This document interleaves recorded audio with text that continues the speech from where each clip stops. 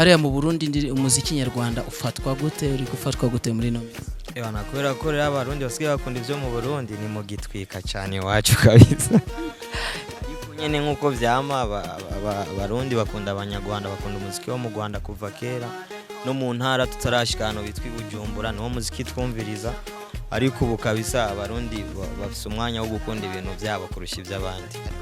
abumviriza iyi ndirimbo iri gutwika hariya mu Burundi yo mu Rwanda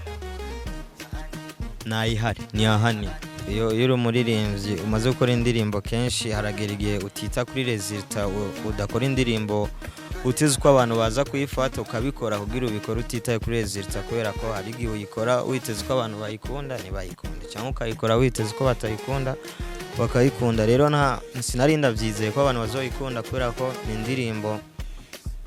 niririmbye jewe izindi ndirimbo murandirimba abandi bantu